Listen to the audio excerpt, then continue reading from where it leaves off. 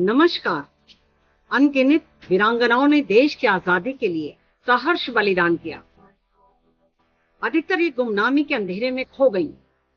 ऐसी कुछ वीरांगनाओं की कथा हमने सुर कथा चैनल के माध्यम से प्रस्तुत की, तो आओ आज श्रद्धांजलि देते हैं कुछ और ऐसी वीरांगनाओं को जिन्होंने देश पर सहर्ष बलिदान कर दिया।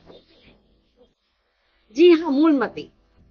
भारतवर्ष के स्वाधीनता संग्राम में महिलाओं ने बढ़ चढ़कर भाग लिया। क्रांतिकारियों को तैयार करने में उनकी माताओं ने अहम भूमिका निभाई थी और उनमें सबसे अग्रणी भूमिका थी मूलमती जी की। मूलमती महान भारतीय क्रांतिकारी राम प्रसाद बिस्मिल की मां थी। वह एक साधारण महिला न थी, वह एक ऐसी महिला थी जिसने अपने बेटे के क्रांतिकारी विचारों को समर्थन किया और स्वतंत्रता के लिए उन्हें संघर्ष में उनकी मदद की।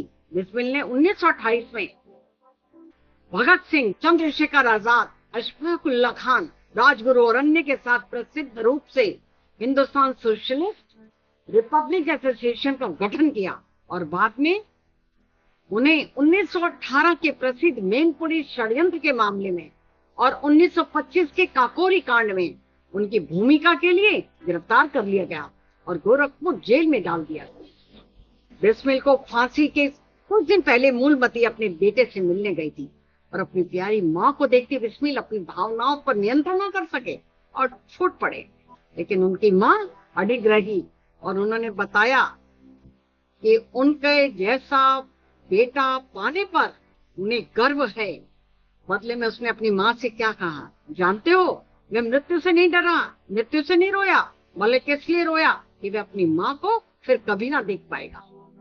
मूलमती की मातृभूमि के प्रति समर्पण से इस तथ्य से समझा जा सकता है कि उनके बड़े बेटे की मृत्यु के कुछ ही दिनों बाद उन्होंने एक जनसभा को संबोधित किया और अपने दूसरे बेटे को स्वतंत्रता आंदोलन की पेशकश की।